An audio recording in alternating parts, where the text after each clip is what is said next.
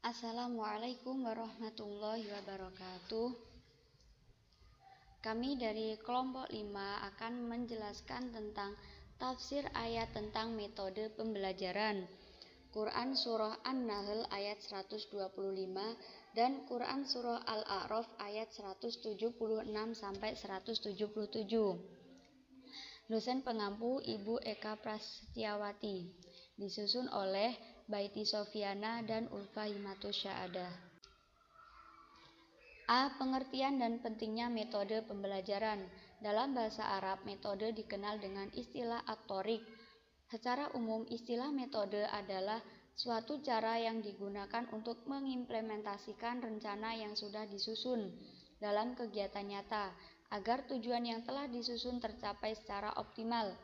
Sujana berpendapat bahwa metode pembelajaran adalah cara yang digunakan guru dalam mengadakan hubungan dengan siswa pada saat berlangsung pembelajaran. Dengan kata lain, metode ini digunakan dalam konteks pendekatan secara personil antara guru dengan siswa, supaya siswa tertarik dan menyukai materi yang diajarkan. Suatu pelajaran tidak akan pernah berhasil jika tingkat antusias siswanya berkurang. Oleh karena itu, metode dalam rangkaian sistem pembelajaran memegang peranan penting dalam keberhasilan suatu pendidikan, karena metode merupakan fondasi awal untuk mencapai suatu tujuan pendidikan dan asas keberhasilan sebuah pembelajaran. Sebaik apapun strategi yang dirancang, namun metode yang dipakai kurang tepat, maka hasilnya pun akan kurang maksimal. Tetapi apabila metode yang dipakai itu tepat, maka hasilnya akan berdampak pada mutu pendidikan baik. B. Ayat-ayat Al-Quran tentang pendidikan. 1. Quran Surah An-Nahl ayat 125. Bismillahirrahmanirrahim. Ud'u ila sabili rabbika bil hikmati wal mau'izatil hasanah wajadilhum billati ya ahsan inna rabbaka huwa a'lamu biman dhalla an sabilihi wa huwa a'lamu bil muhtadin. Artinya, serulah manusia kepada jalan Tuhanmu dengan hikmah dan pelajaran yang baik, dan bantahlah mereka dengan cara yang baik. Sesungguhnya Tuhanmu dialah yang lebih mengetahui tentang siapa yang tersesat dari jalannya, dan dialah yang lebih mengetahui orang-orang yang mendapat petunjuk. 2. Quran Surah Al-A'raf ayat 176-177. Bismillahirrahmanirrahim.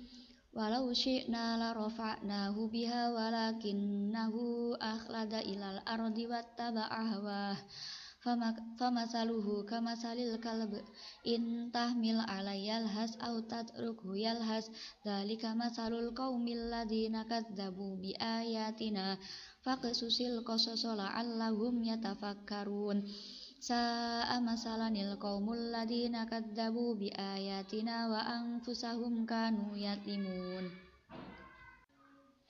Artinya, dan jika kami menghendaki, sesungguhnya kami tinggikan dia dengannya, tetapi dia cenderung kepada dunia dan mengikuti hawa nafsunya. Maka perumpamaannya seperti anjing, jika kamu menghalaunya, maka diulurkannya lidahnya. Dan jika kamu membiarkannya, maka ia mengulurkan lidahnya pula. Demikianlah perumpamaan orang-orang yang mendustakan ayat-ayat kami. Maka ceritakanlah kisah-kisah itu agar mereka berpikir.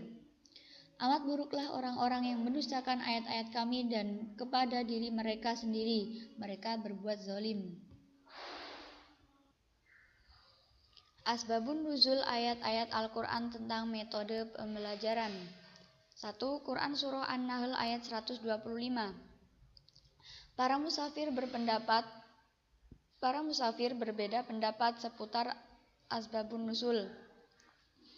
Al-Wahidi menerangkan bahwa ayat ini turun setelah Rasulullah SAW menyaksikan jenazah 70 sahabat yang syahid dalam perang Uhud, termasuk Hamzah, paman Rasulullah.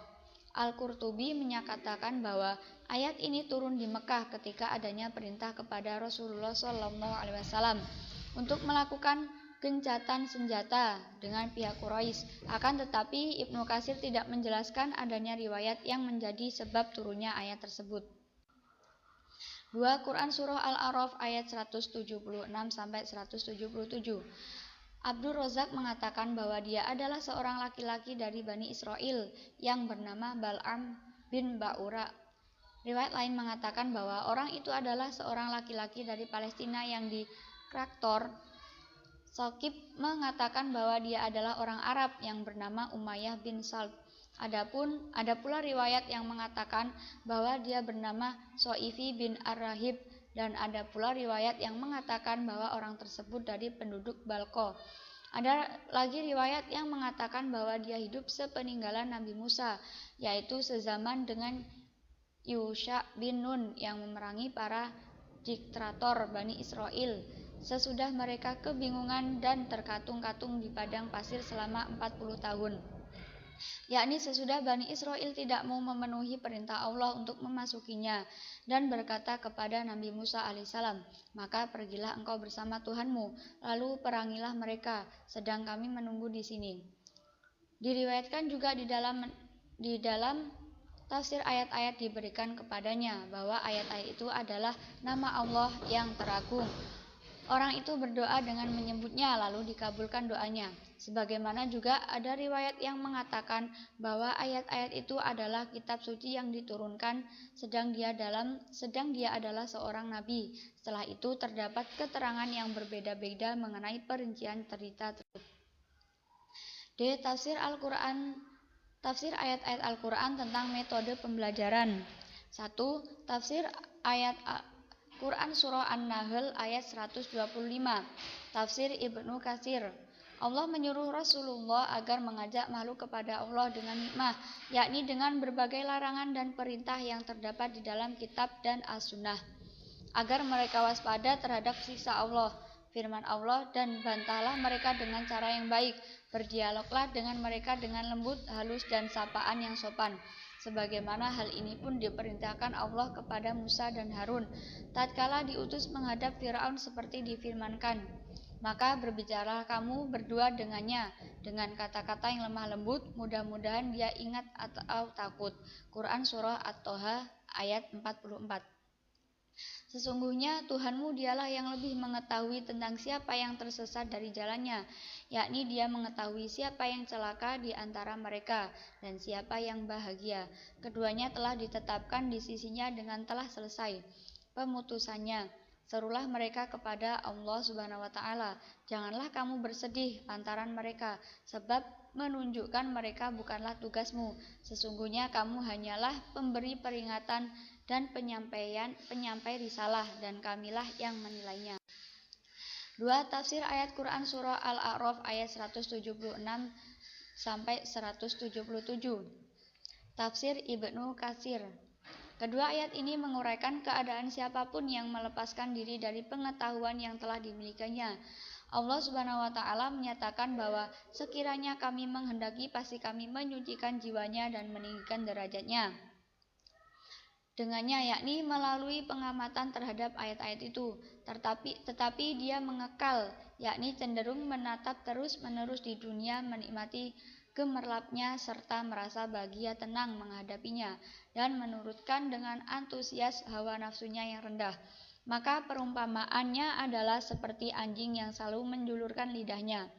Penduduk Kan'an berkata kepada Bal'am, hai Bal'am, tahukah kamu apa yang kamu lakukan? Sesungguhnya kamu hanyalah mendoakan baik kepada mereka dan mendoakan buruk kepada kami.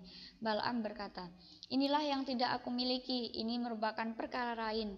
Sesungguhnya Allah telah menaklukkan Bal'am. Kemudian dia berkata kepada kaumnya, sekarang hilanglah sudah dariku dunia dan akhirat, tidak tersisa lagi padaku kecuali tipu daya dan muslihat.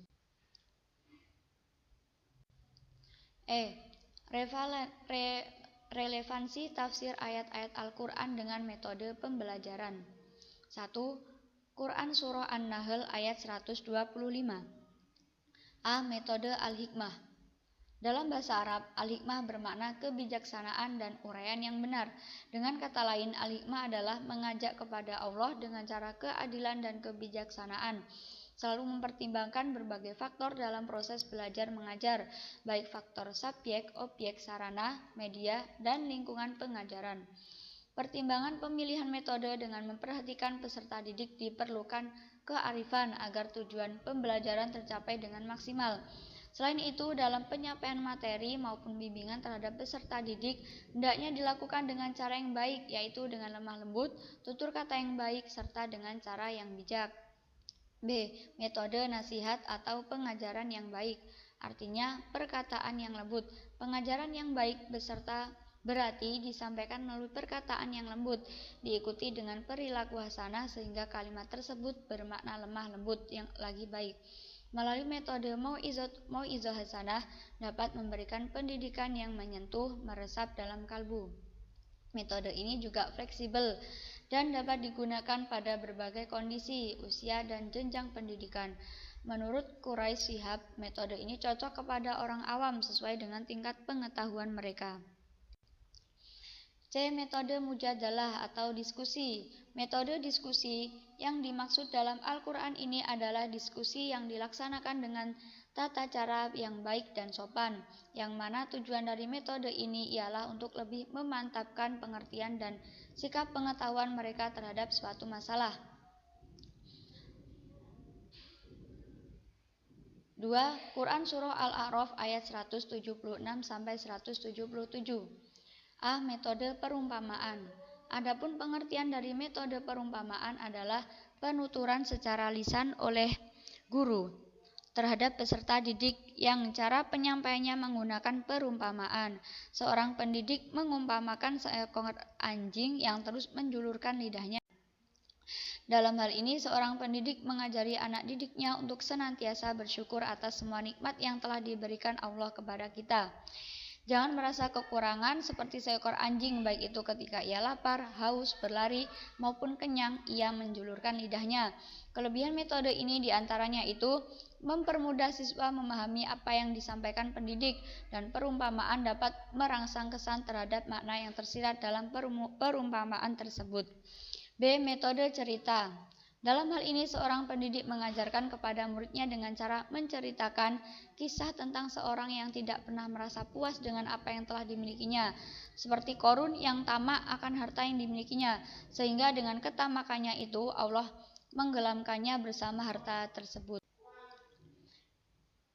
Cukup sekian dari kami, kurang dan lebihnya kami mohon maaf. Saya akhiri.